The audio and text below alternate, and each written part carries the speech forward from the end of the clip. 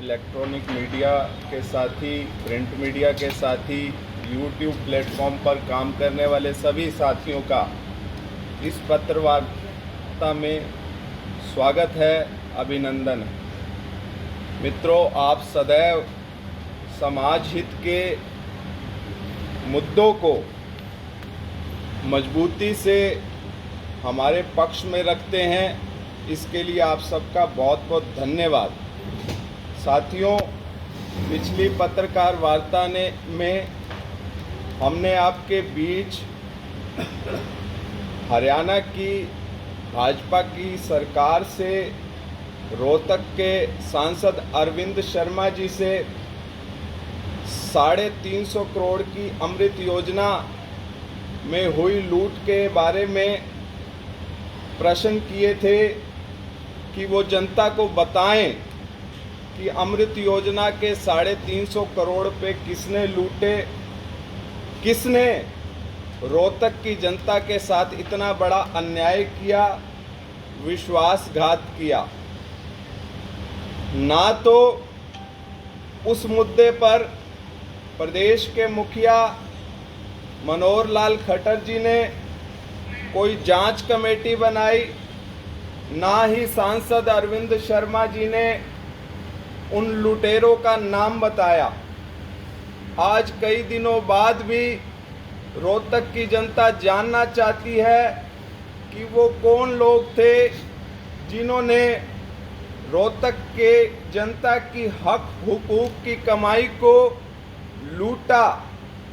परंतु भारतीय जनता पार्टी की इस सरकार को ना तो जनता की चिंता है और ना ही जनता के विश्वास की चिंता।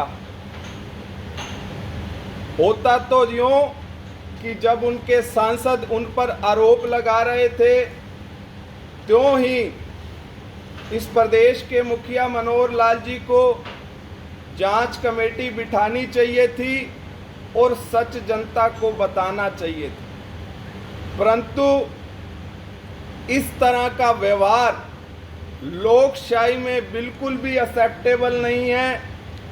इससे यह साफ जाहिर हो गया है कि यह सरकार के मुखिया, सरकार के सभी भारतीय जनता पार्टी के नेता इस भ्रष्टाचार को संरक्षण दे रहे हैं, भ्रष्टाचार को बढ़ावा दे रहे हैं, सरकार की शक्तियों का दुरुपयोग कर रहे हैं। आज जो विषय मैं आपके समक्ष रखने वाला हूं, यह तो केवल 350 करोड़ की लूट थी। जो दो विषय मैं आपके सामने आज रखूंगा, यदि उनकी पड़ताल हो जाए और जनता इस सरकार का कॉलर पकड़ के पूछे कि ये क्या अन्याय उनके साथ किया जा रहा है, तो अरबों करोड़ों की लूट सामने आएगी। भारतीय जनता पार्टी की सरकार को जनता ने बड़े विश्वास के साथ बनाया था, परंतु बनने के बाद जिस तरह भारतीय जनता पार्टी की ये सरकार तानाशाही रवैया अपनाकर प्रदेश की जनता के टैक्स की हक हकूक की कमाई को लूट रही है, यह सारा प्रदेश और देश देख रहा है। पहला विषय मैं आपके बीच में रखने जा रहा हूं। पिछले दिनों यह मुख्यमंत्री जी आए थे, उन्होंने कहा था कि कोर्ट परिसर को रोहतक शहर के अंदर से शिफ्ट कर दिया जाएगा। रोहतक कोर्ट परिसर के माध्यम से 4 से 5 हजार परिवारों की जीविका चलती है। सब डिपेंडेंट हैं। बिना उनकी सहमति से, बिना वकील भाइयों की कंसेंट से इस कोर्ट को बाहर बदलने का क्या मतलब है? यह प्रदेश की जनता को, रोहतक की जनता को बताना होगा।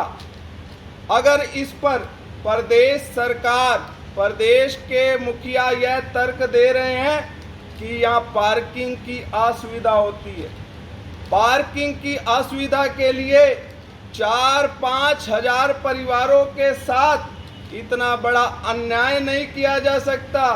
कई छोटे बड़े दुकानदार इस कोर्ट परिसर के माध्यम से अपनी जीविका चला रहे हैं।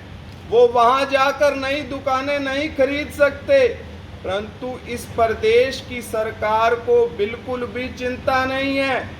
केवल इस तर्क पे के आधार पर कि यहाँ पार्किंग की समस्या है, इसके कोर्ट परिसर के एक ही दीवार के साथ डीसी रेजिडेंस है जो हजारों वर्ग गज में है।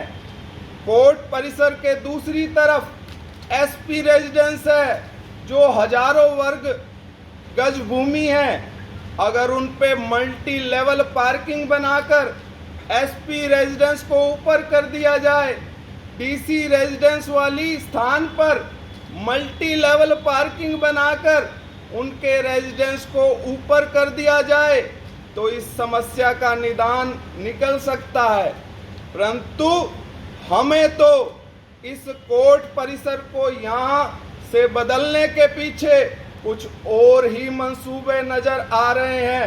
हमें यह लगता है या तो यह किसी ईर्ष्या से या किसी द्वेष से या बहुत बड़े भ्रष्टाचार के तहत इस कोर्ट परिसर को यहाँ से बदला जा रहा है।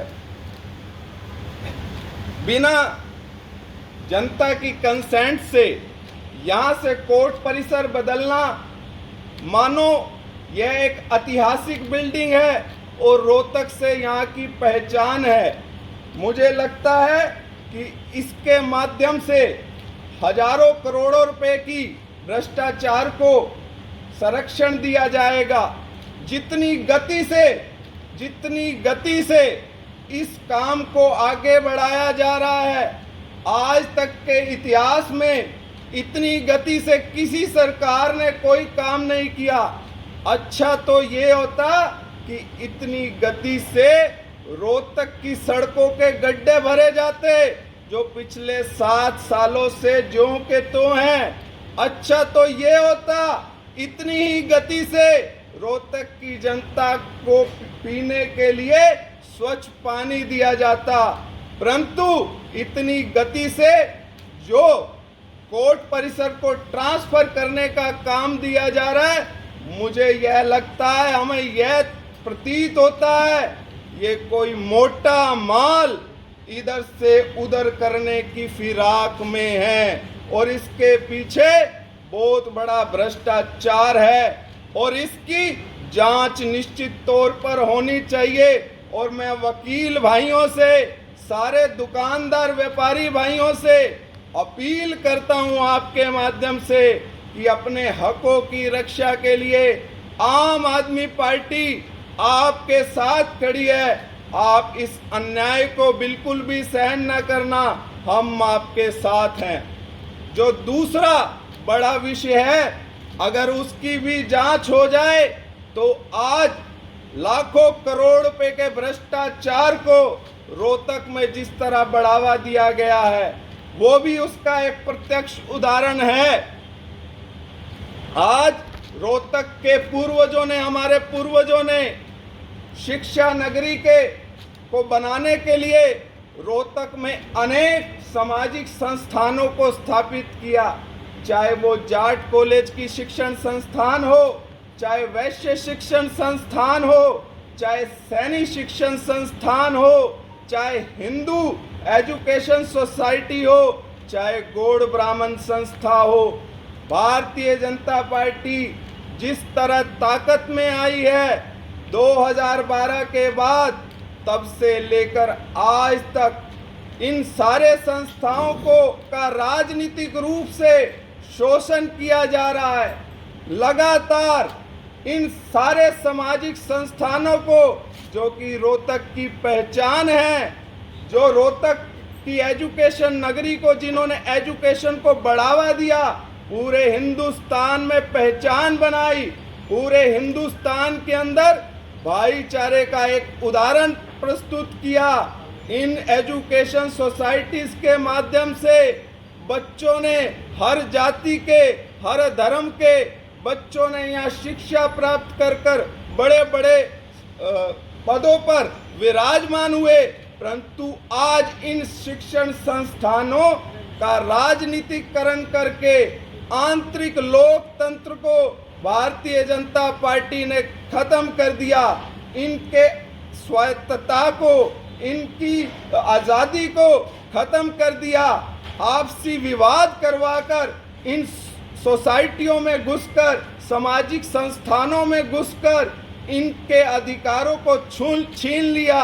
आप देखिए पिछले कुछ वर्षों में कुछ संस्थानों में तो चुनाव ही नहीं होने दिए, बल्कि उन पर एडमिनिस्ट्रेटर बिठाकर उनकी अकूक संपत्ति, उनके संसाधनों की जो लूट की गई है, वो भी एक बहुत बड़ा भ्रष्टाचार है। मैं आपके माध्यम से ये भी मांग करता हूं कि जिस प्रकार सामाजिक संस्थानों के अधिकारों को छीना गया है, जिस तरह उनकी स्वायत्तता खत्म की गई है, वहां सरकारी इन्वॉल्वमेंट किया गया है, एडमिनिस्ट्रेटर बिठाए गए हैं, आज उस जात पात फैलाकर उन सामाजिक संस्थानों को अपने अंतर्गत लाकर उनकी संपत्तियों और साधनों की लूट की जा रही है, अपने लोगों को वहां भरा जा रहा है। एक प्रत्यक्ष उदाहरण हमारे बीच है। आज मॉडल स्कूल संस्था जो रोहतक की पहचान है, उसके अंदर भारतीय जनता पार्टी ने सभी पदों पर अपने लोगों को, चाहे वो कैपेबल थे या नहीं थे, उनको वहां पर भर्तियां की गई। मैं आपके माध्यम से मांग करता हूं राज्यपाल महोदय से कि इन सभी सामाजिक संस्थाओं की स्वच्छता के लिए जांच कराई जाए कि किस राजनीतिक प्रभाव के कारण, किस मंशा के कारण इस प्रकार के कृत्य और किसके दबाव में इस प्रकार के कृत्य किए जा रहे हैं। जिस प्रकार रोहतक के अंदर सामाजिक शोषण किए जा रहे हैं, उनकी जांच होनी चाहिए। आम आदमी पार्टी लगातार जनता के मुद्दों को उठा रही है और निश्चित तौर पर हम जनता के हितों की लड़ाई रोड पर भी लड़ेंगे। कोई प्रश्न? दिल्ली में उनको पकड़ा गया, उनके पास से जो बरामद हुआ है पैसा, उस पर क्या कहेंगे? आप तो कह रहे हैं कि हम तो शिक्षा स्वास्थ्य को आगे लेके जा रहे हैं, लेकिन किस उसमें पकड़ा है? ईडी ने जो रेड अभी क्लियर तो नहीं हुआ मैटर। आज का अभी तो जांच चल रही है। आज का न्यूज़पेपर देखो, उसमें फ्रंट पे नहीं, जांच चल रही है। अभी जांच में जो सामने आएगा, ये भारतीय जनता पार्टी की केंद्र की सरकार तरह तरह से आम आदमी पार्टी को दबाने में, रोकने में, आम आदमी इस देश में ताकतवर ना बने, इसके लिए हम पर दबाव बना रही है। और अब देश की जनता सब पहचान चुकी है, आने वाले समय में माकूल जवाब देगी।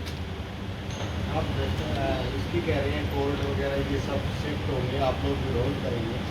मनीष ग्रोवर ने तो ये बोल दिया, कोई विरोध करे 100% ये सारी चीज़ें शिफ्ट होंगी। ये तानाशाही रवैया है। मैं आज उसी की मांग उठा रहा हूँ कि जब जनता नहीं चाहती, जब वकील साथी नहीं चाहते, जिन लोगों की जीविका चल रही है, सरकार पहले भी जबरदस्ती करती रही है, तानाशाही करती रही है। इन मुद्दों की जांच होनी चाहिए कि जनता को इस प्रकार क्यों दबाया जा रहा। रैली में उन्होंने देखा है कि रैली में जनता ही थी, उन्हीं से पूछकर कौन सी जनता थी बताइए? रैली में कौन सी जनता थी? वहाँ वीडियोस आप लोगों ने ही डाली थी, जबरदस्ती पकड़कर बिठाए गए थे लोग, जबरदस्ती दीवारें तोड़ के निकले वहां से, दरवाजों को बंद कर दिया गया था। वो कौन से लोग थे बिठाए गए थे? ये वीडियोस हैं आपके चैनल्स पर ही। आपने शिक्षा का जिक्र किया, शिक्षण संस्थानों का जिक्र किया। दिल्ली में सारी चीज़ें, शिक्षा के ऊपर आपकी सरकार काम भी कर रही है, उसके बावजूद दिल्ली में जो रोजगार है वो रोजगार लोगों को नहीं मिल पा रहा। आप हरियाणा की बात करो, दिल्ली पंजाब में तो हरियाणा में तो आपकी सरकार नहीं है, आप लगातार हरियाणा में आपकी सरकार नहीं है। प्रकार के स्कूल हैं, आपके चैनल मेरे साथ चले, मैं दिखाऊंगा वहां में दिल्ली में कैसे स्कूलों को बदला गया, 5 स्टार स्कूल बनाए गए हैं। आप चलो हरियाणा के स्कूलों को भी देखो और दिल्ली के स्कूलों को। बिल्डिंग खड़ी करने से लोगों को रोजगार बिल्डिंग नहीं है साहब, वहाँ शिक्षा नीति में बदलाव किए गए, शिक्षा के स्तर में बदलाव किए गए हैं। सिर्फ बात रोजगार की, रोजगार नहीं मिल रहा। आप भारतीय जनता पार्टी के प्रवक्ता की तरह बात ना करें। जो बात भारतीय है, जनता मैं पार्टी आप- प्रवक्ता की मैं बात नहीं आपके साथ है, चलने ये को ऑन तैयार रिकॉर्ड हूं। है, केंद्र सरकार की वेबसाइट मैं- पे ऑन रिकॉर्ड है ये मैं चीजें। केंद्र सरकार तो कुछ भी कहेगी, मान लो जो फिजिकली वहां उपलब्ध है, आप चलिए मेरे साथ, हम आपको दिखाते हैं। आपने कहा था कि अरविंद शर्मा या तो नाम बताए ना तो हम 1 हफ्ते के अंदर खुलासा करेंगे, काफ़ी समय हो गया, आपने कुछ नहीं। हमने 1 हफ्ते का समय दिया था उनको कि आप बताएं तो हम मुंडन करवा लेंगे, उन्होंने नहीं बताया, इसलिए वो रोहतक की जनता के चोर हैं और रोहतक की जनता के साथ उन्होंने विश्वासघात किया है। रोहतक की जनता उनसे आज भी चाहती है कि वो बताएं कि किन लोगों ने रोहतक की जनता के 350 करोड़ रुपए लूटे।